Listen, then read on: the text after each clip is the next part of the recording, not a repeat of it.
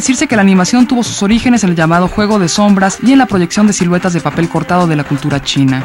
Sin embargo, el praxinoscopio inventado por Émile Renault en 1888 es considerado el primer mecanismo óptico que precede a la técnica cinematográfica de animación. Es sabido que la animación es incluso anterior al cine porque se practica en estas, pues en el circo y en otras artes escénicas, ¿no? Y se trata de proyectar figuras, a veces sombras o recortes, sobre una pantalla, ¿no?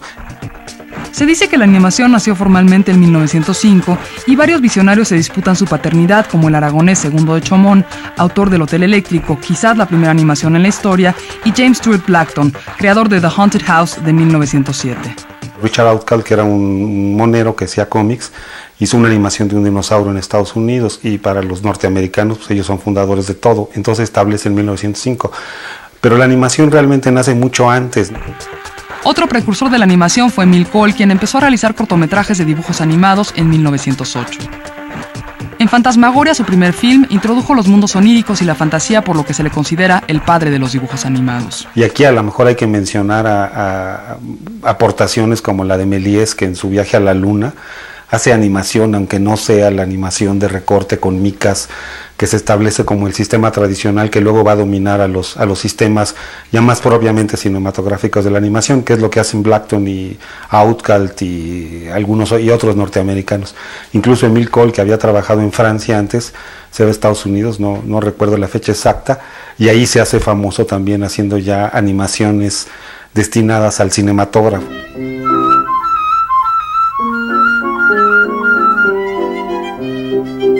Las principales formas de animación fueron surgiendo a la par del cine mudo y el inicio del cine sonoro. Comenzaron las películas masivas y comerciales como Popeye, Betty Boop y las producciones de Walt Disney. No solo tienen un gran éxito comercial en los cines y donde se presentan, sino que incluso deslumbran a la crítica artística y cinematográfica que ve en la animación un arte realmente nuevo, ¿no? Un arte que hace posible que en el cine se proyecte una realidad que está más allá de lo fotográfico, que puede representar sueños, caprichos gráficos como los clásicos saltos de ojos, o que las figuras se estiren o que desafíen las leyes de la física. Pero la animación no se restringió al entretenimiento y el cine. Algunos artistas de vanguardia vieron en esta una extensión de las artes plásticas y realizaron obras experimentales. Es el caso de Oskar Fischinger, primero en emplear el color y el sonido uniendo la geometría, el movimiento y las distintas dimensiones. Y Len Lai, destacado pintor y escultor y uno de los máximos exponentes de la animación experimental. Por un lado, la plástica, desarrollarla no solo ya en el espacio del cuadro, de la representación, sino en el tiempo, ¿no? Y por otro, lo que los propios animadores dicen es que la animación lo que hace es dotar de alma a los dibujos, ¿no? O a los personajes. Lord of all he surveyed. La animación fue altamente promovida por el Estado en los países del bloque comunista. Esto permitió a muchos animadores trabajar sin presiones comerciales y crear obras de inmensa variedad y riesgo. La primera gran figura de estos países fue el animador checo Jiří Trnka. Y ellos trabajan en una animación que explora mucho más las posibilidades plásticas del dibujo en movimiento, del dibujo proyectado como cine, ¿no? Los pioneros del dibujo animado en México fueron Bismarck Mier, Salvador Pruneda, Carlos Manríquez, Salvador Patiño y Alfredo Jiménez. Los 5 aprendieron la técnica en Estados Unidos mientras laboraban en los estudios de los hermanos Fleischer, de la Metro-Goldwyn-Mayer y en los estudios de Walt Disney. Bueno, una cosa interesante es que todos estos pioneros del cine mexicano de animación estudian y trabajan, aprenden el oficio en los Estados Unidos. Luego toda la animación que se hace en México en el siglo XX y hoy tiene de alguna u otra manera que ver con lo que está pasando en Los Ángeles, sobre todo, ¿no? Cada uno de estos visionarios intentó promover la animación en México.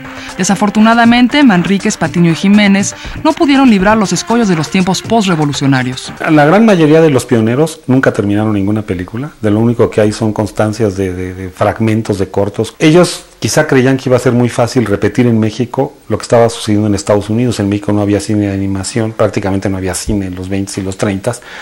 Y en Estados Unidos estaba teniendo un gran éxito, entonces un poco pensaron que podían replicar lo que estaba pasando allá y hacerlo en México. Pruneda y Mier establecieron un estudio en la Ciudad de México en el que elaboraban cortinillas, trailers y títulos para la industria. Pruneda realizó la primera cinta de animación mexicana, Don Catarino y su apreciable familia, en 1934, basada en la historieta que publicaba en El Heraldo. Hizo varias secuencias. Algunos historiadores del cine, como David Viñas, aseguran que el corto fue terminado. Yo creo que el corto realmente nunca se terminó y no hay constancia de que se haya exhibido.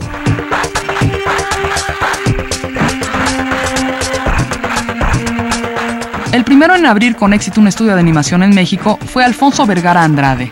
La productora ABA, llamada así por sus iniciales, estrenó entre 1935 y 1939 8 cortos de animación, entre los que destacan La vida de las abejas y Los 5 cabritos y el lobo, ambas de 1937. La vida de las abejas quizás es interesante porque es el primer corto didáctico de la historia del cine mexicano que intentaba enseñar a los niños cómo funcionaba un panal, al mismo tiempo que narraba la historia de un zángano que no quiere trabajar, entonces que se escapa es expulsado del panal, en fin, y hay toda una serie de historias. Los 5 cabritos y el lobo es una versión mexicana de Los 3 cochinitos, que es el primer super éxito de Walt Disney. Quizá lo interesante es que la mexicanización o nacionalización del tema, ¿no? O sea, por ejemplo, los productores están muy orgullosos de haber hecho aparecer el Popocatépetl y Tepalcates y en fin, y ambiente mexicano y chistes mexicanos en esta animación, ¿no?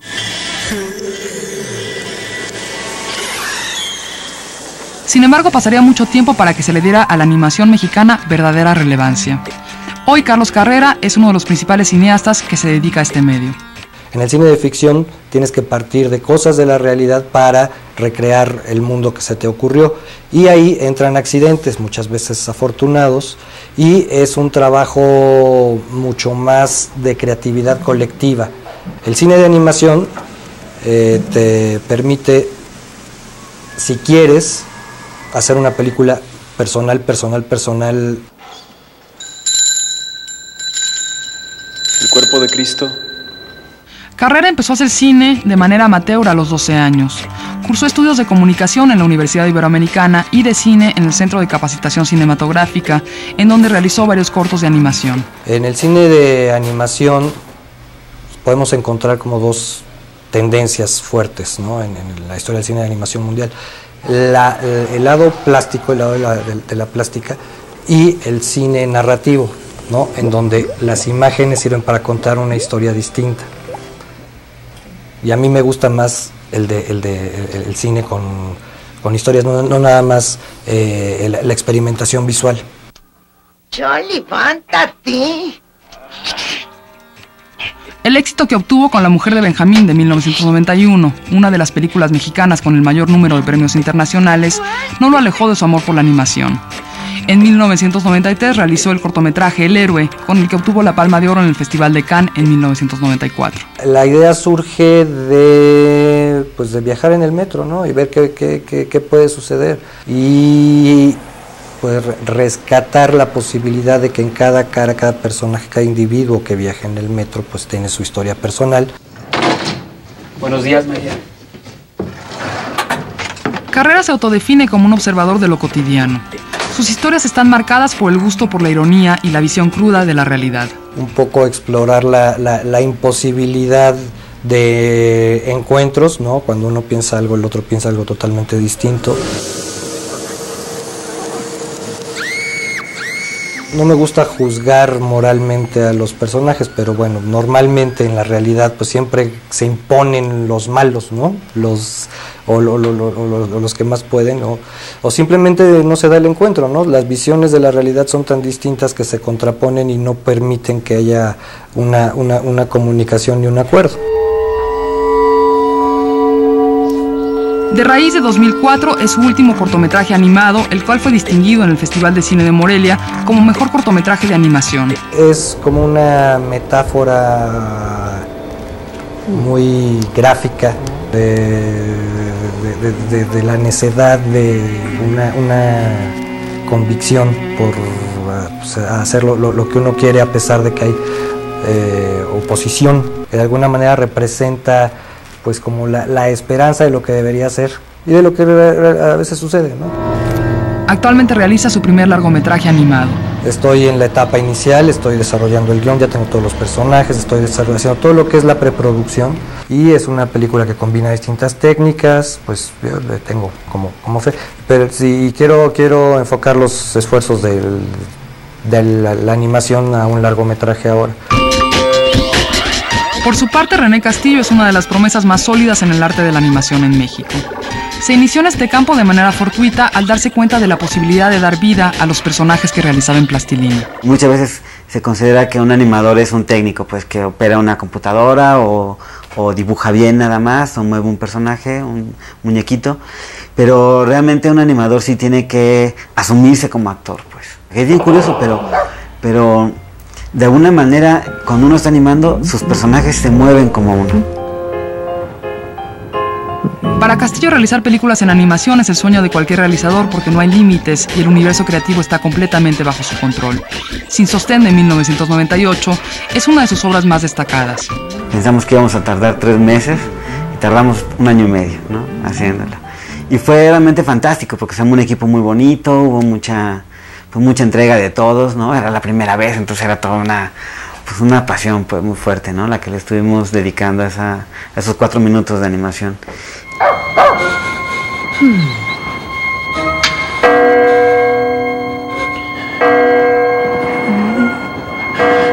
Antes de aventarse ve unos espectaculares, ¿no?, de una Wonder Bra y de un Marlboro Man, ¿no?, que son de alguna manera como los estereotipos, ¿no?, de lo que uno tiene que ser, ¿no?, en esta sociedad.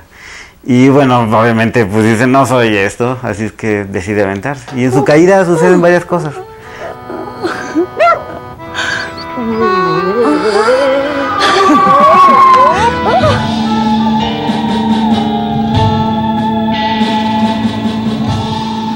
Hasta los Huesos, de 2001, fue un cortometraje multipremiado.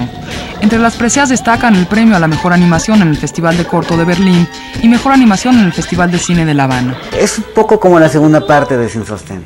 De alguna manera es un muertito que, bueno, lo llevan al cementerio y de pronto despierta en un mundo lleno de calacas, ¿no?, inspiradas totalmente en las calaveras sonrientes de Posadas, ¿no? Y pues es esta, digamos, bienvenida al mundo de los muertos por parte de las calacas y, digamos, de la anfitriona, que es la Catrina, ¿no?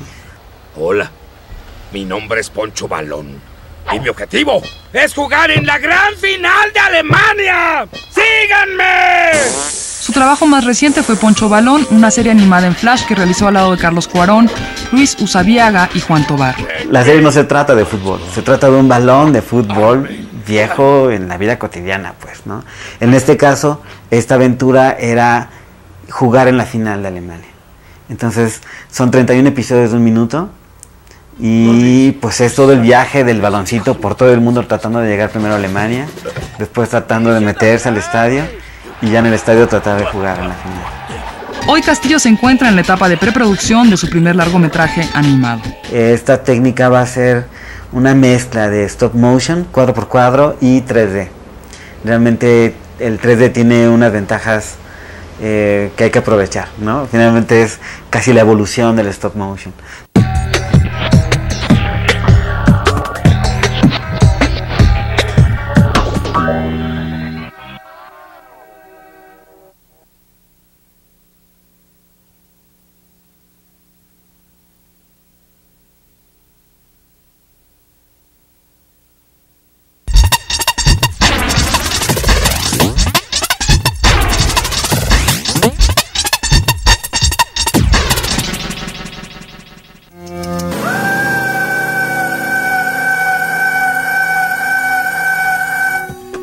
Guillermo Rendón llegó a la animación al descubrir el trabajo de Norman McLaren y Lotte Reininger. Empezó animando los créditos para los cortometrajes de sus compañeros de la carrera de comunicación en la Universidad Iberoamericana. Ante todo me gustaban las caricaturas, ¿no?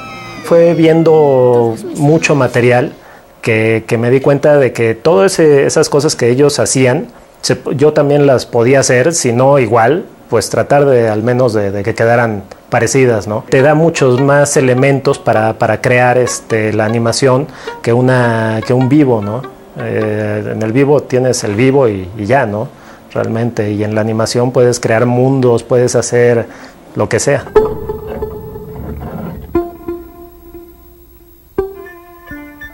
En 1995 realizó como trabajo de titulación 4 maneras de tapar un hoyo junto a José Lo Rueda y Jorge Villalobos. En 1996 estaban concursando en la selección oficial del Festival de Cannes. Es como un instructivo que plantea problemas y crea soluciones. Hay 4 problemas, 4 soluciones,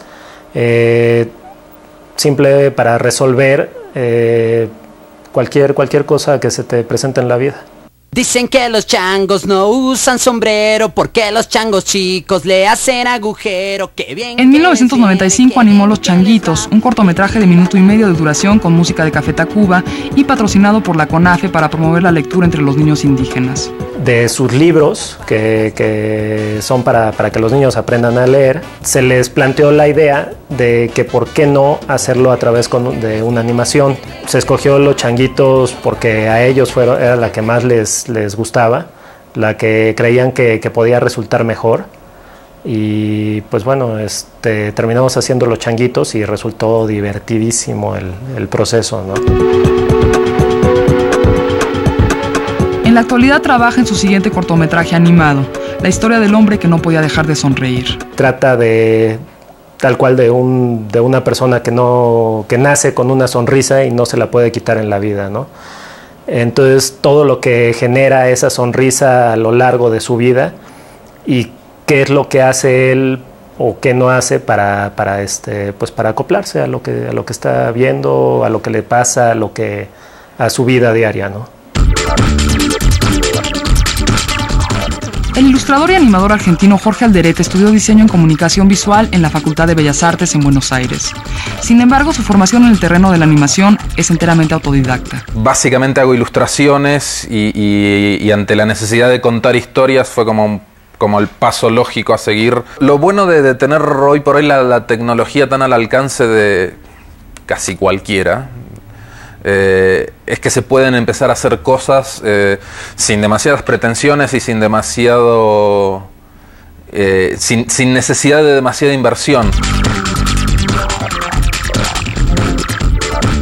Después de dedicarse un tiempo a la ilustración y la historieta, Alderete descubrió que la animación era la forma más natural de narrar sus historias. Con la ilustración es casi como automático. Tienes la idea y la plasmas y la resuelves casi en un mismo día. Con la animación tienes la idea y tienes que empezar a ver cómo la vas a resolver y meterte a resolverla. Es como un proceso mucho más largo, lo cual hace que no me sienta del todo cómodo. Pero bueno, también es parte de la diversidad que me puede dar cualquiera de los medios, ¿no? Y me gusta ir moviéndome de a uno a otro y para que no se haga monótono. Sus primeros trabajos fueron elaborados en 1999 para la cadena de videos musicales MTV. Las cortinillas que realizó se denominaron Clase B. Encuentros cercanos del tercer tipo es una de ellas. Clase B fue el título de la serie y fue un poco para explotar, por un lado, las influencias que tiene mi trabajo en cuanto a temáticas, que están muy influenciados por el cine de clase B y las películas de los 50 o 60. Y por otro lado, hacía referencia también a la escasez de recursos con la que yo contaba en ese momento para resolver las animaciones, ¿no? En el año 2000 elaboró el videoclip de la versión remix de Human Disco Ball del grupo Plastilina Mosh. Y otra vez lo mismo, las condiciones no eran las óptimas, los tiempos no eran los óptimos, pero sí se contaba con esa libertad de poder hacer lo que yo quisiera. Y fue ahí donde yo pude decidir involucrar a estos personajes como Tongolele o incluso como Martín Karadagian, que es un luchador argentino que realmente aquí no se conoce. Pero tenía la libertad de poder hacerlo y como personaje me funcionaba bien para el video, pues va, adelante. En todos sus trabajos se ha enfrentado a la falta de presupuesto, pero esto no ha sido un obstáculo, sino por el contrario, lo ha empujado a concentrarse más en el contenido y menos en la forma. Negociar una libertad creativa, que es muy raro quien acceda a eso, ¿no? A decir, bueno, tienes 1 minuto de tiempo, 2 minutos de tiempo y haz lo que quieras. creo que en ese sentido es más difícil esa parte que la parte de llegar a negociar un presupuesto mejor. Entonces, cuando se presenta la oportunidad, yo trato de aprovecharla. Besando a Cary Grant de 2006 es una cortinilla ejecutada para Canal Fox y su segmento No Molestar. Y es parte de una serie de animaciones autorales hechas por diversos artistas de varios países. Fue como retomar un poco viejas películas otra vez de cine y retomar esa escena de un beso entre quién sabe quién y un supuesto Cary Grant. Pero bueno, hecho con un trabajo muy manual y muy... si bien usé la computadora, estuvo como bastante lejos el proceso en ese sentido. En este momento confirmamos los reportes acerca de los extraños objetos voladores que sobrevuelan la capital del país. Gerardo Álvarez, conocido como Graco, llegó a la animación a través de su gusto por los cómics. Trabajó en la construcción de maquetas arquitectónicas y marionetas para televisión. Al llegar al cine, se dio cuenta de que con sus conocimientos podía producir sus propias historias. En realidad empecé a trabajar en el cine en todos los departamentos. Estuve trabajando en el departamento de arte, estuve trabajando en el departamento de escultura, de props, como dibujante, incluso en el departamento de vestuario. Y básicamente era que tenía mucho amor al cine, yo quería aprender cine, entonces era algo que a mí me motivaba mucho y finalmente me animé a entrar a este tipo de departamentos porque eso me influenció mucho, o sea, de alguna manera ver la organización, ver cómo se trabajaba y ver cómo se podía aplicar a la animación. En realidad mi escuela fue esa, estar trabajando en cine. En el cine ha trabajado para estudios internacionales en las películas Perdita Durango, La Máscara del Zorro y Titanic, entre otras. Pues en realidad fueron unas grandes influencias para mí porque podía ver cómo se podía realizar este tipo de producciones, sobre todo la manera organizada y rápida de hacer un trabajo, ¿no? O sea, cuentan con un presupuesto, pero independientemente es una organización que es impecable, ¿no? Graco realiza su animación en stop motion, una técnica que ya ha sido explorada por otros animadores en México y que requiere de un trabajo meticuloso y detallista. Básicamente es una secuencia de fotografías, igual que el cine, pero a diferencia del cine es que tomamos cuadro por cuadro, es decir, que vamos moviendo nuestro personaje, se va moviendo un cuadro, se detiene, se toma otro cuadro, se anima y así subsecuentemente.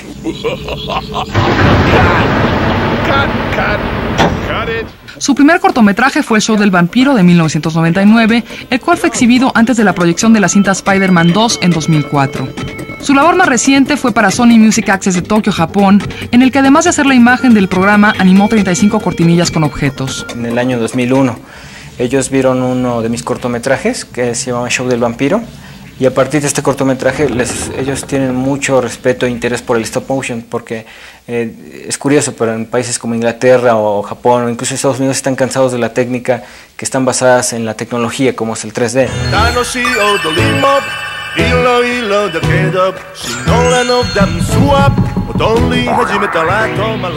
Digamos que les encantó la técnica que estamos desarrollando, la calidad y sobre todo los tiempos, porque nosotros cuando empezamos a trabajar en la animación, la idea era desarrollar animación en tiempo muy competitivo, ¿no? Porque mucha gente dice, para hacer stop motion te puedes tardar 2 o 3 años y una serie de cuestiones que en realidad no es cierto. La gente se tarda 2 o 3 años porque están mal organizados.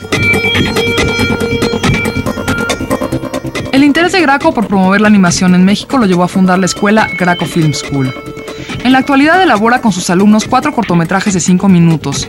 Entre ellos destaca una adaptación del Almohadón de Plumas de Horacio Quiroga. Cisne Rojo, que es el que empezamos a rodar en noviembre y lo terminamos en 2 semanas. Es un cortometraje de terror, de hecho está basado en un cuento de Horacio Quiroga. Se hizo una investigación exhaustiva y la gente que está implicada en este proyecto pues le ha entregado su vida durante 6 meses, de 6 a 8 meses, ha estado trabajando durante este proyecto, ¿no? En esta primera etapa a realizar 4 cortometrajes, pero estamos preparando que además se produzcan mínimo 8 cortometrajes por año, producidos por Graco Films y dirigidos por los alumnos. Lo más interesante que siempre estamos empujando nuevos talentos, ¿no?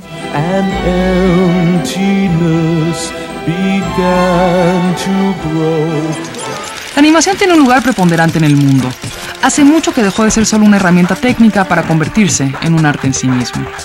Pero a pesar de que en México crecen los festivales que aprecian el talento de los animadores, la mayoría continúan siendo más reconocidos en el extranjero. Y hoy hay un boom de animadores, ¿no? O sea, muchos jóvenes, muchos han aprovechado las facilidades que dan las computadoras y la digitalización, que hace mucho más sencillo hacer animaciones, mucho más fácil que la época de las micas, con mucho menos costos, y entonces hay un gran boom también porque hay mucho mercado para la animación, no solo en las páginas web, en internet, en la publicidad, en el cine como maquillaje, en la televisión, en canales, en fin.